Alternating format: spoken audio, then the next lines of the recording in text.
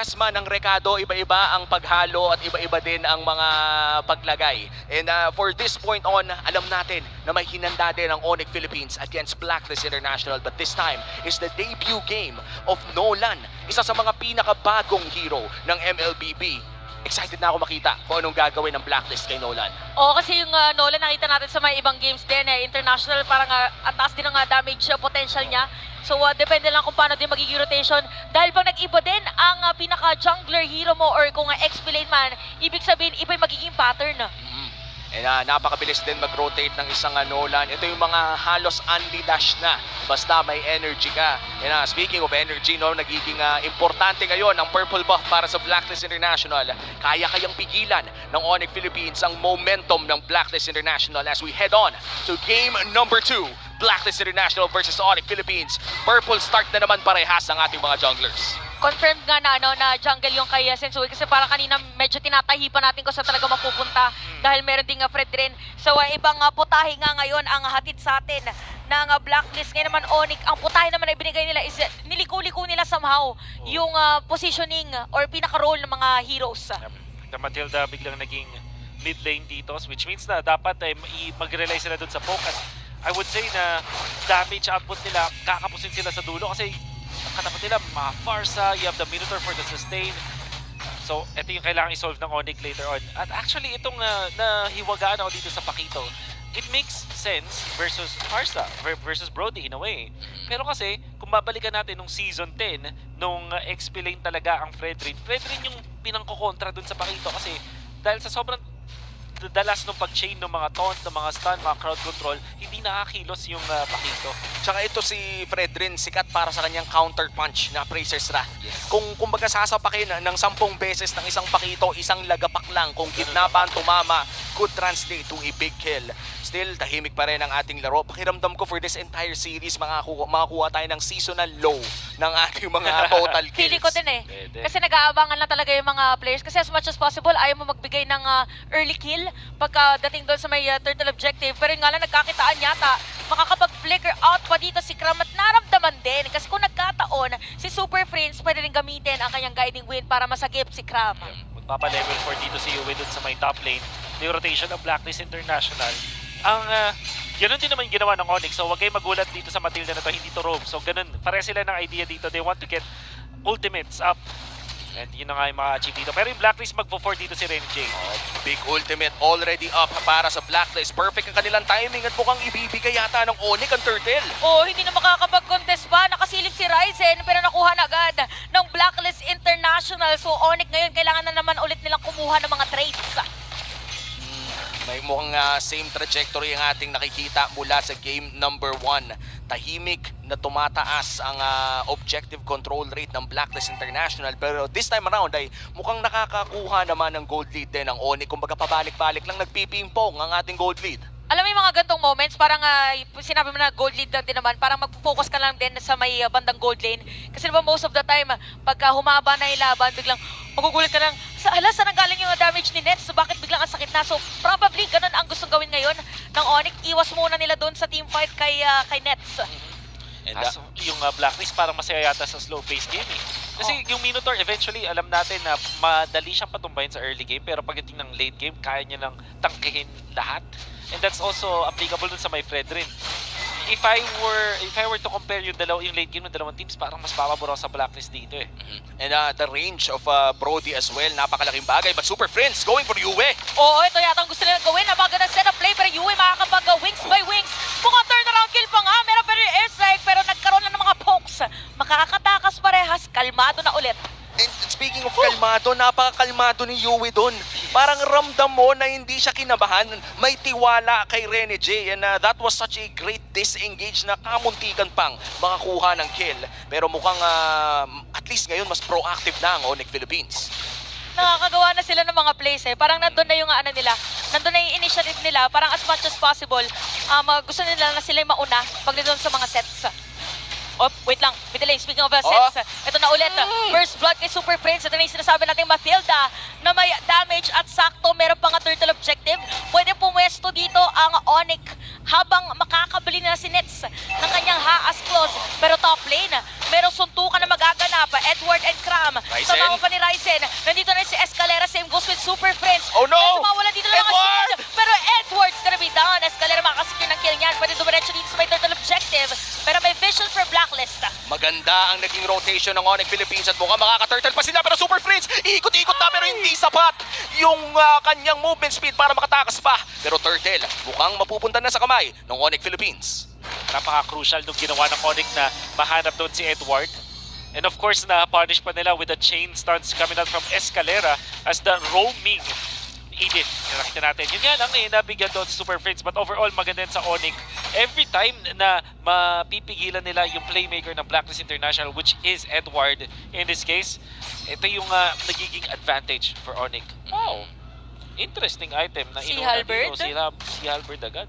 Sinong nagsi-halberd agad? Si Si Sensui, Sensui. yung Nolan. Uy, ano yan, nakakaiba. Mukhang pang debuff ang kanyang mga dimensional rifts na iniiwan, no? Kasi may damage din yun eh. Kung mga 30 Oo. seconds lang, o kaya, I mean, DPS lang, yung 30 damage na malalapagan ka, Yep. ay malalagyan ka pa rin ng life drain passive. Exactly.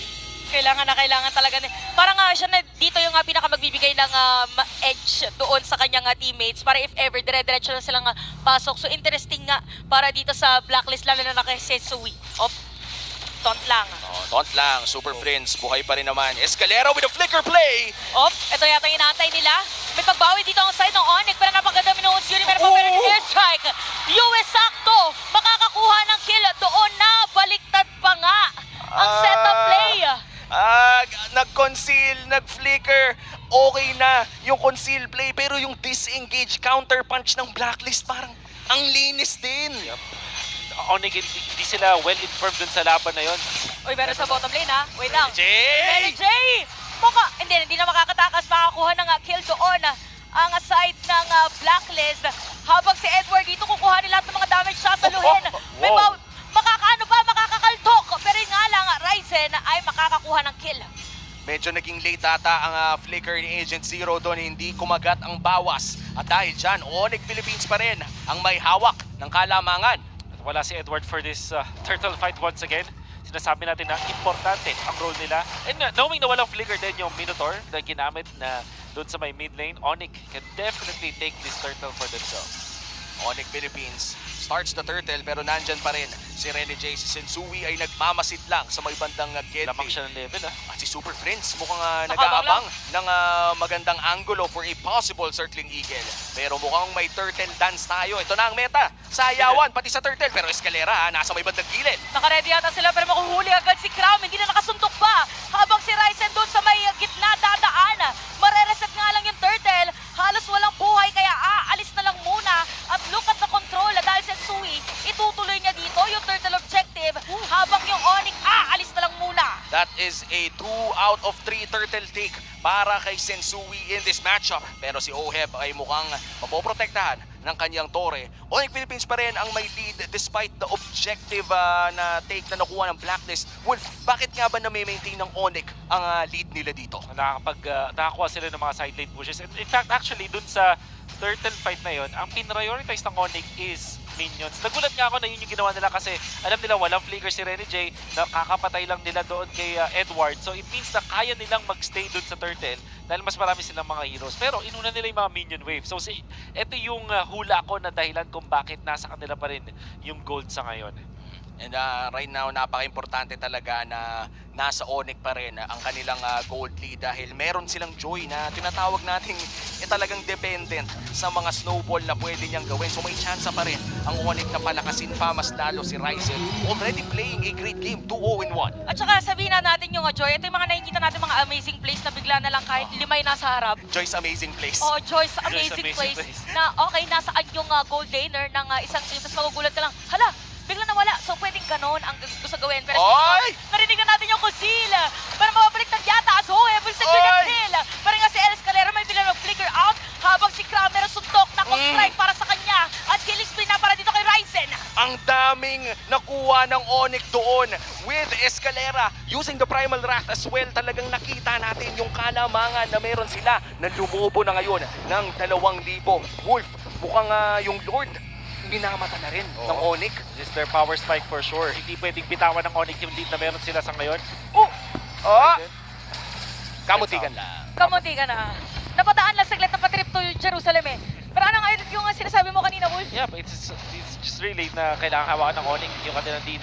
At kanina pa hinahanap ni Escalera yung ganong klaseng opening. Finally, they're able to utilize yung kanilang edit na roam sa ngayon. They have to secure this Lord for sure. At hindi nila pwedeng i-doubt yung or i-underestimate damage output ng Blacklist International. You can see through the replay the initiation that they were looking for. At ang maganda dito, natakbuhan nila yung range ni Yue, yung Feathered Airstrike, at na-outplay din ni Escalera with that flicker. And yung Primal Wrath talagang naging essential din sa buhay ni Escalera at na-burst din si Sensui. At ngayon, pwesto na nga ang mga Sonics around the first Lord of the game. Si Super Friends ang nandoon sa may bandang wing para protektahan ang kanilang komposisyon. Lord, sinimulan na dito ni Ryzen pero si Escalera ngayon ay binabalibag na si Edward. Makakapasok pa rin naman ang dalawang tangke ng Blacklist as the Lord hits half HP. Man-to-man defense lang ang atin nakikita ngayon. At marereset na lang muna yung Lord objective. Naramdaman ni Edward na teka lang, parang pwedeng bigla mag-set up play si Escalera habang si Sensui na doon sa may bandang likod. Ang sakit na shutdown ngayon si Ryzen! Sino nga ba makakakuha dito ng Lord? Habang yung side ng Onyx, makakatulong pa nga yun na come from this Lord. At dire-diretso lang ngayon, dalawang patay. Para sa side ng Onyx, ire-reset na lang ba muna? Hindi. Sasaluhin ni Edward, ayan, nireset na nila. Pwedeng kumuha ng Torre dito sa may middle lane, Appraiser Strat, para lang ma-zone out. Yun na yung makabagong burst combo, no, Wolf? Yung fracture na pagkapasok mo sa bush, ang dami ng dimensional rip, dinala ka sa ibang dimension, men. At ang maganda no kasi may Malefic Lord na siya no moment na yun. So, Malefic Lord and si Halberd as well as Heptasis. Lamang din siya ng level. Na-combo niya doon si Ryzen. He was eventually taken out pero dahil doon yung Blacklist International naka-recover doon sa pag-poke kay Edward. In fact, I would say ang ganda na nung ginawa ni Escalera at ni Nets doon na pinoke agad nila doon si Edward pero nabalik pa itong si Sensui kaso isang mabilis na burst mula sa Onyx. Interesting kasi akala natin Blacklist International mamang after nun yung Onyx. Balik tayo sa may Lord. Kuhanin natin ulit kaya naman sila ngayon. Sila ang pwedeng umabante dahil magmamarch sa Lord sa may bottom lane. Ito yung sinasabi nilang huwag mong ipapaalam yung next move mo. Oo. Kumbaga, dumiretso sila. Wala nang kolkolata yun. Parang lahat sila ng padaan lang doon. Ginawa na lang nila. Ginawa na lang. Hindi nila pinaalam ang kanilang next move. At ngayon, sila ang may hawak ng first Lord of the game. This is a level 1 Lord dahil kinuha nila before 12 minutes. Pero malaking tulong ito sa kanilang pag-push, Super Friends! Aray! Masakit na rin yung damage dito ng mga players natin. Mararamdaman mo na nga ang pagkatok din doon sa may bottom lane. Actually, si Cram kumakatok din sa may top lane doon sa mga tore ng Blacklist. But still, madedepensahan yung Lord. Ang daming pwedeng gawin ng Onyx Philippines ngayon. Ang bawal lang talaga ay mapitas ang kanilang gold laner Nets. Still playing really well. 1-0-5. Hindi pa siya nahahawakan this entire game. So far, I think malapit na siya mag-item lock sa ngayon.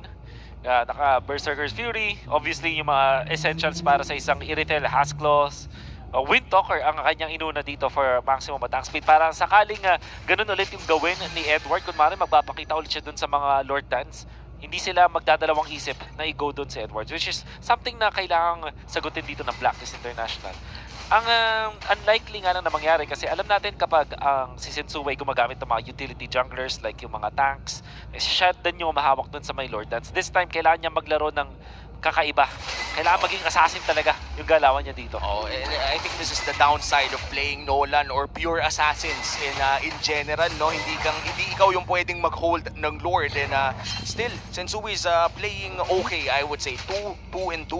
This is a very standard KDA and for a debut game of Nolan, parang okay na. At least nakakita tayo ng mga burst na katulad lamang yung nagawa niya kanina. Onyx pa rin ang may hawak ng lead at mukhang pinifreeze nila ang lanes. Parang pinipigilan din nila dito makahabol. Wait lang, meron pag face check.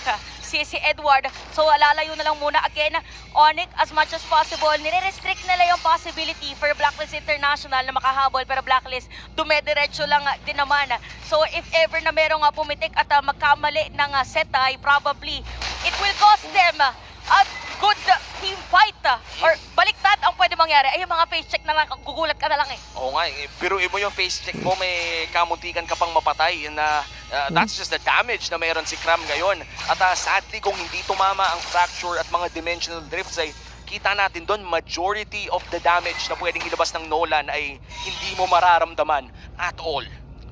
Look at Brody mula dito kay Oheb. Maagang Athena Shield ang kanya kinuha so that he will not be bursted out. Mahalaga lang talaga makapag-stay siya in front of Onyx. Meron naman mga Radiant Armors na mula dun sa Blacklist International, so hindi yun yung kailangan niyang item. So that Athena Shield, it means na hindi ganun kadali i-burst yung Brody. But that means though, yung damage output ng Blacklist International, kailangan nilang sulitin. And Edward ngayon ang haharap para sa side ng Blacklist. Minsan na lang tayo makakita ng walang retribution na Fredrin natatayo sa harapan ng Lord. Pero mukhang ipapareset ito ng Onyx Philippines dahil yung pressure ni Cram ay nararamdaman na. Oo, ayun, biglang sumusuntok. Nag-aano lang muna, left jab, right jab, hinahanap dito si Yue. Even Super Prince, shadow boxing muna. Kailangan natin mahanap dito yung kailangan nating targetin. And ganun din ang nangyayari for a Blacklist. So taas ng respeto nitong ating dalawang kupunan sa isa't isa. At oo nga pala, si Edward nga pala ang may gamit ng Fredrin. Oo, ito yung mga hindi mo ine-expect na wala palang retry. Pero 5-man strong for the side of Onyx Philippines. Mukhang nag-aabang sila ng magandang angulo to go in. May enough damage sila para mang-burst ng 2 o 3 miyembro ng Blacklist International. At delikado ang misyon ng mga agents dito na i-secure ang Lord! Oh, si Renegade dito makukuha nila, so walang taga-set up play. Si Yue dito mag-flicker out. Masastan ni Ryzen, pero nga na extra 5 beats. Kaya naman dito ng Ryzen will secure the kill. Pero si Oheb ay lumalaban pa rin laban kay Escalera. Pero Escalera parang malamarksman din ang nangyayari. But still, sino nakakuha ng Lord? Sensui. Si Sensui ang nakakuha ng Lord! Oh! Ay, hindi pa tapos. Si Sensui. Makakuha ang pinag-heal. Makakatakas Winter. nga ba? Pero Cram, tatapusin niya na ngayon si Sensui. Edward against 3 people at mukhang magpupush ng mid lane. Escalera with a 2, with a 1 at mukhang siya pa nga ang babagsak. That's a shutdown for Agent Zero, pero inhib ay makukuha na ng Onyx. Parang yung pala yung pinaka gustong gawin na misyon ng Onyx, makasira nga ng Torre doon sa may mid lane. At makikita natin ngayon yung balita ng ating dalawang kupunan at mabilis no madedepensahan ngayon ng Onyx ang Lord ng Blacklist. So, sobrang interesting nung naging decision dun sa Onyx. Napakaganda muna nung pagkuha nila kay Renegade, follow up on Edward. However, walang humawak dun sa Lord, kaya naman nanakaw pa ni Sensui. Nevertheless, I would say, sobrang ganda nung ginawa ng Onyx Philippines doon. Yung talaga pag-secure ng Lord yung nagulat tayo. But that means Blacklist International will live to see another day. Full damage build ang pinili dito ng ating Nolan. Of course, nakita natin na may Wind of Nature freshly picked up by Oheb. Magiging crucial to later on. And pati na rin ang assassin na nagbumula sa Onyx Philippines. Ryzen choosing a full damage build as well para kay Joy. Ito yung dalawang assassin na magsasagutan. Parang nung 3 seasons ago, Lancelot Ling ang ating pinapanood. Mukhang ngayon, Joy at Nolan na ang makabagong assassin matchup. And Onyx Philippines, lamang pa rin ang 2,000. Escalera with a face check. Makakasalubong nga nila mga ngalahati ang buhay. Pero ito na naman, yung guiding win na nakita natin kanina. Ito na ang perfect time para sa Onyx. It's Onyx time nga ba talaga? As Renegade makukuha nila mga ngalahati ng buhay dito ni Edward. Pero Sensui makakakuha ng kill. Oheb, mabubuhay ba? Makakapag-flick. Oh, hindi! Super Prince na laban pa rin. Natamaan ng basic attack. Paano mo iiwasan yun? Pero si Escalera naamoy din si Sensui. Pero makukuha pa rin naman niya ang kill. Hindi sapat ang dash. At ngayon, 2 na lang ang depensa para sa side ng Blacklist International 3v2 scenario inside the base. Pero mukhang makiklear ang minions ng Blacklist. Talaga nakikita na natin ngayon na aggressive na ang Onyx. Lahat ng mga pwedeng opportunity na pumasok ay kinukuha na nila. At look at the pressure sa may middle lane. Meron pang minion wave. 2 lang ang pwedeng dumepensa. It's gonna be Edward and Yue, pero alis na lang muna sila. Respeto nila yung prowess ni Yue, pati nitong si Edward. Not only because of their heroes, but also because of their mindset. At mas maganda nga naman talagang i-push na lang itong bottom lane. And the rest of Blacklist International will now respawn. Napakagandang teamfight ulit para doon sa Onyx magkaka-lord na rin kasi, no? Ito yung tipo na pag pinilit mo pa at Back. namatayan kayo, parang nakakalungkot, nakulang ko lang para sa Lord. Dahil dyan, sisimulan na nga ng Onyx ang Evolved Lord. Actually, 19 minutes in na tayo. Si Ryzen ang hawak at pagkapal-kapal na ng kanyang shield mula sa kanyang Blood Wings. Onyx Philippines, hindi na gumalaw ang 2.5k gold lead pero nagmamatter pa rin naman yan dahil hindi pa lock build ang lahat. Grabe si Super Prince, 2-3-13 Escalera. pala 15. Pero nga lang, from the Gedli, may kita natin ngayon nagkakakaldagan na ating mga players. Pero pa Minowan's Fury habang preheat na nila si Nets. Meron pang Winter Truncheon para kay Ryzen. Kaya naman si Edward ang mamamatay habang merong dash away. Double kill na ngayon para kay Nets. Dalawang patay para sa The Blacklist. Sensui looking for an angle pero siya yung nahanap. Sa may bandang likod ay lumipat pa dito si Kram at pinagsasapak na rin dito si Oheb. At babagsak na rin ang Filipino sniper. Yue!